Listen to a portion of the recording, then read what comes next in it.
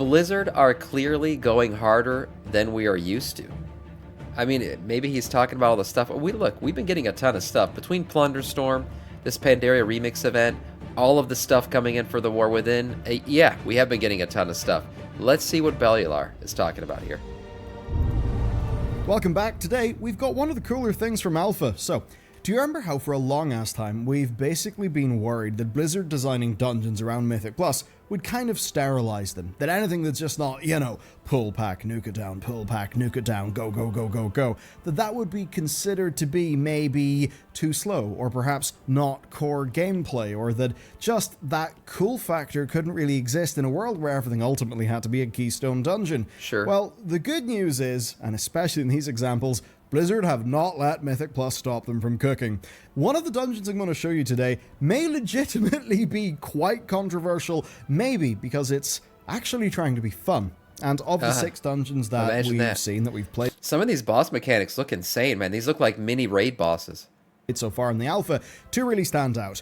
Darkflame Cleft is maybe the hardest the Blizzard have ever cooked in a Holy crap, are you being chased by a boss here? This is badass. With the gameplay, which is hilarious because it's a kobold mine, and the Dawnbreaker.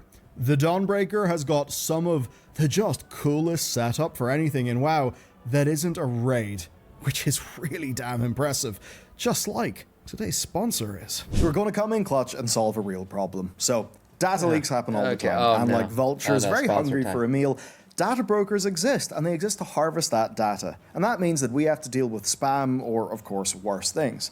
Now, the good news is we have the legal right to be taken down from data brokers. But the downside is that takes hours, and that's actually where... As an attorney, I can verify this. It is true. It is true. You do have a legal right.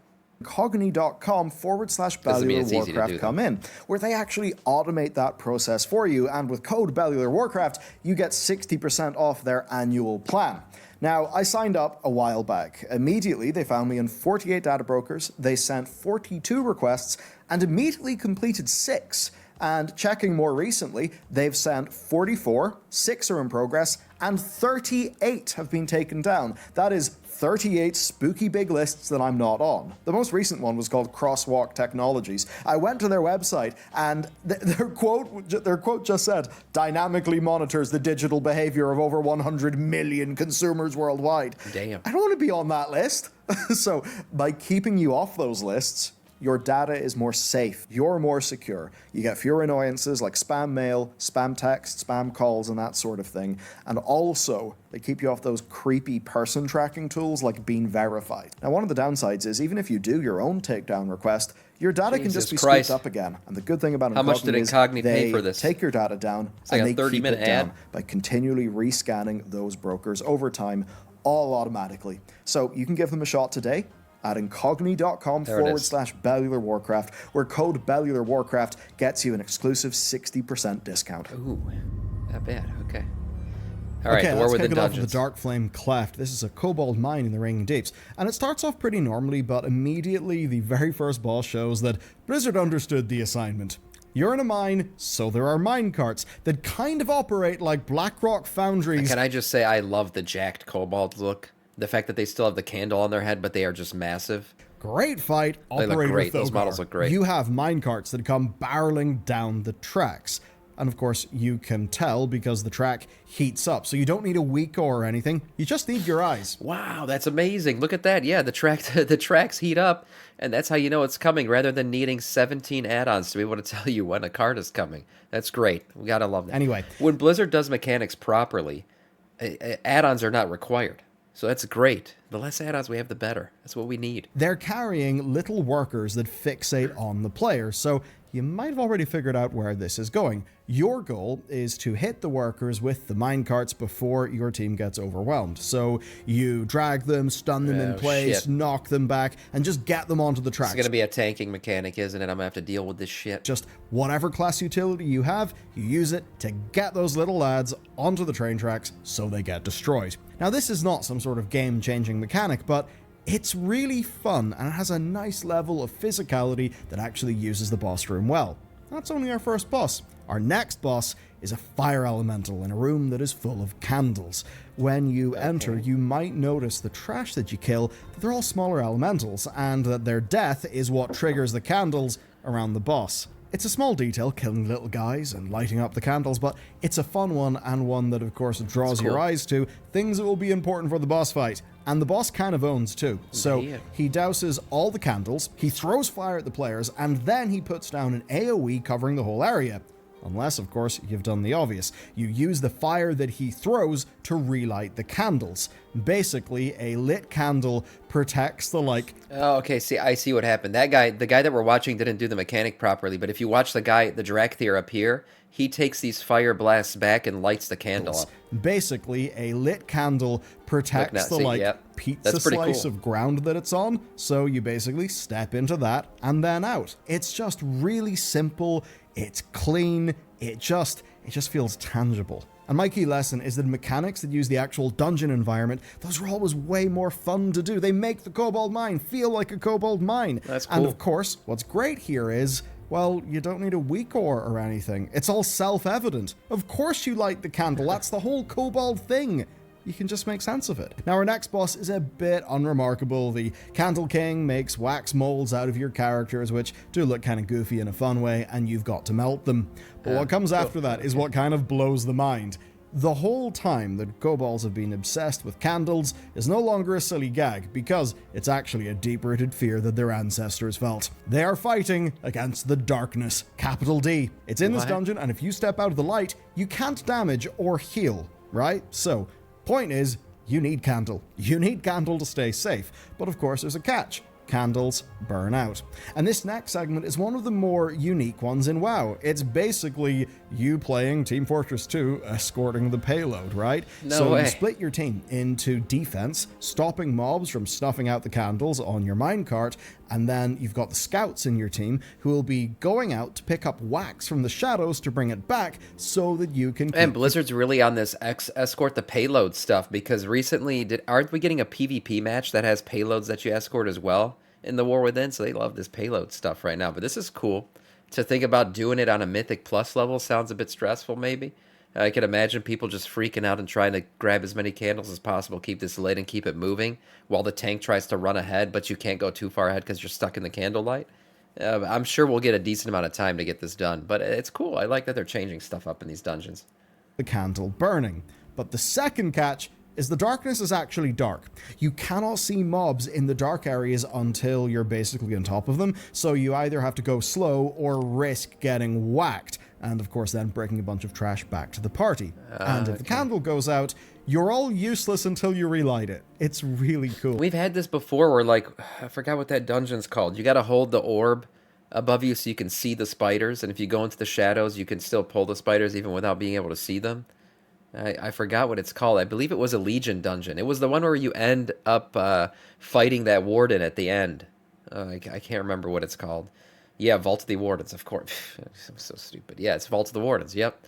And so it's kind of the same concept. Cool. This bit was just an absolute blast to do in Alpha, even a normal difficulty. Like, doing this in Mythic 0, that is going to be challenging, it's going to be interesting, you're gonna wipe people and it's not even the actual boss. Like, Blizzard have just went and they finally cooked up something that feels like a dungeon. Like, truly a dungeon, not just a slice of gameplay. It's real strong, and of course, it's not solvable via add-ons or a weak aura like the Mists of Tir na Scythe Maze. It's just solid gameplay that uses, the core of game design well, right? It's all about the dungeon's environment and context. It just uses that to perfection. As does the final boss. I mean, to get to the final boss, we have been defending a candle. We've been keeping it lit so that we're not in the darkness, because when we're in the darkness, we're useless.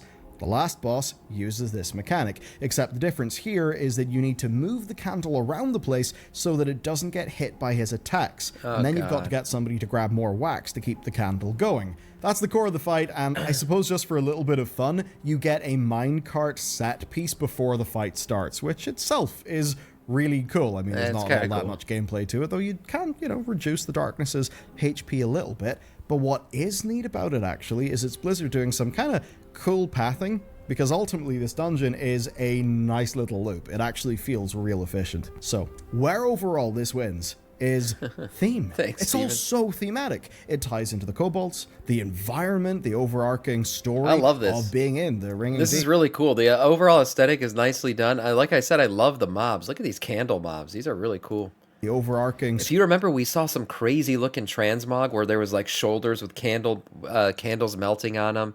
Some really cool stuff. I wonder if we're gonna get them out of this place. story of being in the Ringing Deeps, where like the darkness itself is literally a dangerous thing, which I mean sort of does make the kobolds like funny little paladins where, you know, they're little dudes worshipping the light, keeping safe. Yeah, true. You know, they also worship the sun, but let's not get into kobold lore. Point is, it slaps, as does the Dawnbreaker. The Dawnbreaker is the second part of today's video, and it goes way harder than it has any right to. I mean, do you remember the Siege of Borealis, right? Where the idea of the dungeon was that this Siege of Borealis is going to be one of our Mythic Plus rotations for the first, for the beginning of the War Within 2. whole city is under attack. Imagine that, but way, way, way better. So, the Dawnbreaker is an assault on Merildar by the Nightfall. These are basically Arathi Void cultists who believe in the dark aspect of Merildar. That is, so just so you're not confused here, Merildar, that is the city, and Beladar, that is the big light crystal thing that you've seen in all the screenshots, right? So they kind of worship the voidy part of it. They've allied themselves with the Nerubians and with Xalatath, and they've basically went and taken over the city. So it's your job to take them back using the Dawnbreaker, which is the Arathi's main warship. And this is really cool. So you fight your way to the ship, you clear it out, and you take to the skies. You start by mounting up and flying to the enemy airships where you're setting bombs on them and escaping so you don't go down with them, right? So all of this is happening when you're up in the air. Oh my god, I can imagine like DC or internet issues causing people to be left on a boat that is exploding. Okay. Then the first boss lands on the ship and starts attacking you, and it is kind of fairly standard stuff here, at least until the boss decides to coat the entire ship in lethal darkness. You literally have nowhere to go on the Dawnbreaker. What you can do is you can mount up, you can fly away. So you fly away, you do a quick little loop, and you land when she's finished. Now, is that some crazy mechanic where you need to perfectly... This is a dungeon. These are like raid level mechanics. This is pretty cool stuff. So you just fly... It's a lot of flying back and forth. It's like a pirate ship battle in the sky. I'm a debuff of something and track it with a weak aura. No, it is... the priest this died. Of course the priest is died. going to be screwed. I need to not be on it. And oh, look, I can use my flying mount to get away. Right? It's just core, gameplay. I mean, chasing Tindral was, fine, but there was really no gameplay to it, right? This is you dodging an attack in the actual fight. It's awesome. So, that fight rocks. Unfortunately, in the middle, the dungeon gets just a little bit frustrating, but to be honest, I think this is just all kinks that can be worked out before it goes live. The core idea is you clear Merildar of lieutenants, enemy lieutenants, by dragon riding around the place, almost like a it's kind of like no coup defensive. I don't mind this flying mechanic stuff, but the one thing I hate is if somebody hasn't done the dungeon before, people get lost really quick.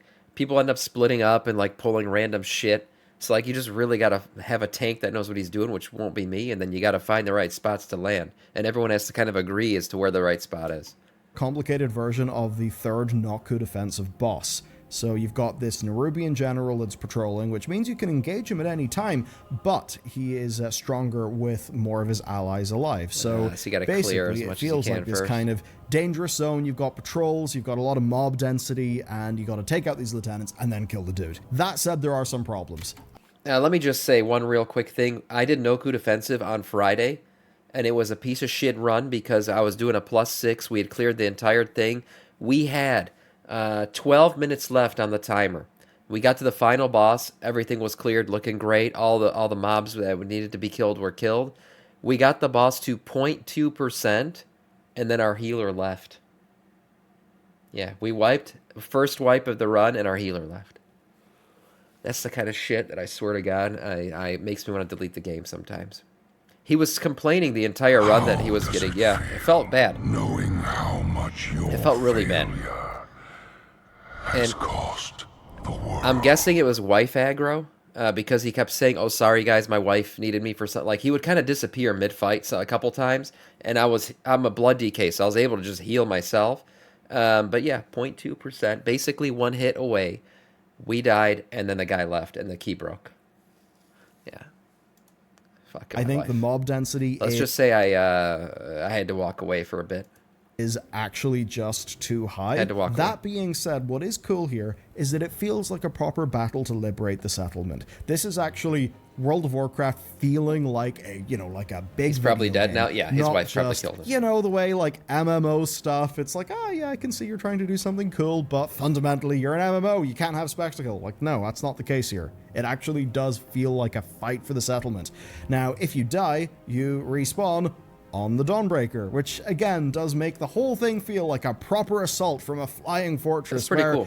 I mean, I don't know. Is it like Plunderstorm or Probably PUBG? Where are we dropping, boys? It's a little bit of that. The last boss, though, is where things get real awesome again. So this really big dude attacks your ship, and you've got to defend your ship from the dude. Now, this dude... Oh, damn. That's a cool-looking boss. Or what the hell?